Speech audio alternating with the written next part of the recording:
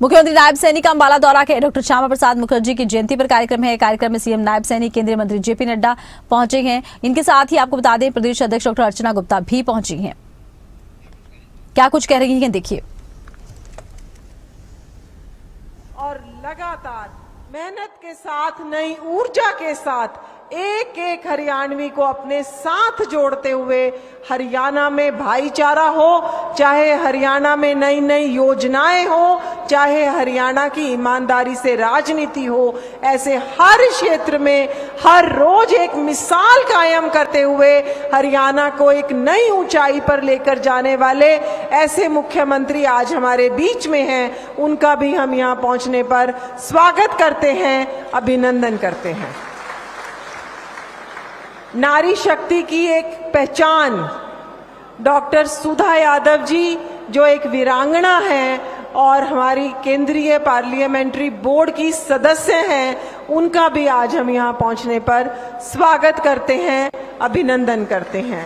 साथ ही हमारी प्रदेश की उपाध्यक्ष बहन बंतो कटारिया जी, हमारे जिलाध्यक्ष भाई मनदीप राणा जी, हमारे भाई असीम गोयल जी, जिनकी विधानसभा में आज ये कार्यक्रम हो रहा है, बहन संतोष सारवान जी, डॉक्टर पावन सैनी जी, हमारे यहाँ से मेयर बहन अक्षिता सैनी जी और हमारे सभी ज्येष्ठ व श्रेष्ठ कार्यकर्ता बंधु, आप आज यहाँ इतनी बड़ी संख्या में पहुंचे हैं।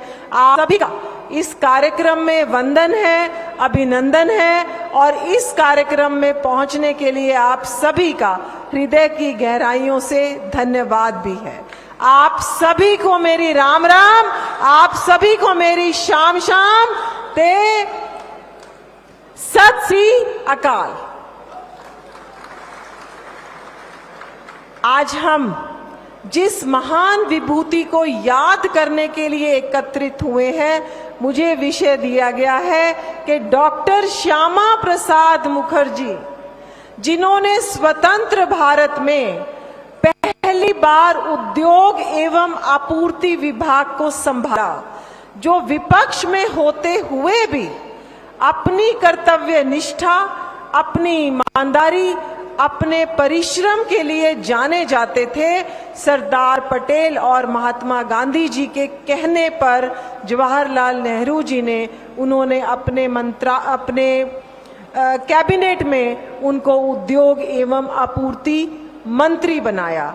उद्योग एवं आपूर्ति मंत्री बनने के बाद 6 अप्रैल 1948 को, हालांकि उनका कार्यकाल केवल 2.5 साल का रहा, 6 अप्रैल 1948 को वो एक बहुत बड़ी औद्योगिक नीति स्वतंत्र भारत में पहली बार लेकर आए और उस नीति में उनके 4 प्रमुख बिंदु थे कि जिन बिंदुओं पर उन्होंने काम किया।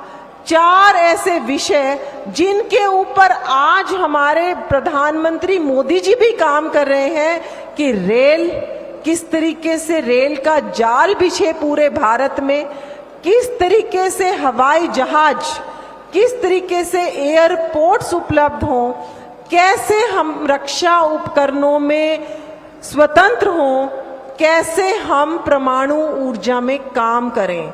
और अगर आज आप देखोगे प्रधानमंत्री नरेंद्र मोदी जी भी उसी तरीके से काम कर रहे हैं।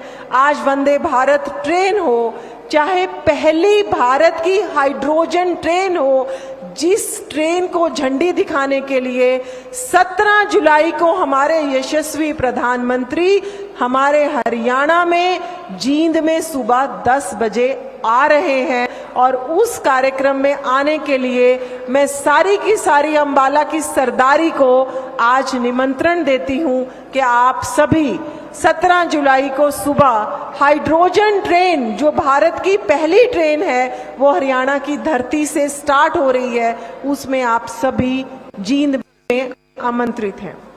उसी तरीके से जो श्यामा प्रसाद मुखर्जी ने एयरपोर्ट्स, विमान के लिए जो सोच रखी, आज मोदी जी का विजन है कि चप्पल पहनने वाला गरीब आदमी भी हवाई जहाज से सफर कर सके।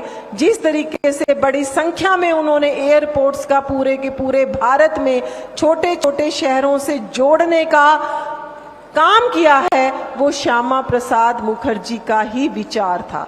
आज परमाणु ऊर्जा में किस तरीके से ग्रीन एनर्जी लेकर हम जा रहे हैं वो भी श्यामा प्रसाद मुखर्जी का ही एक विचार था।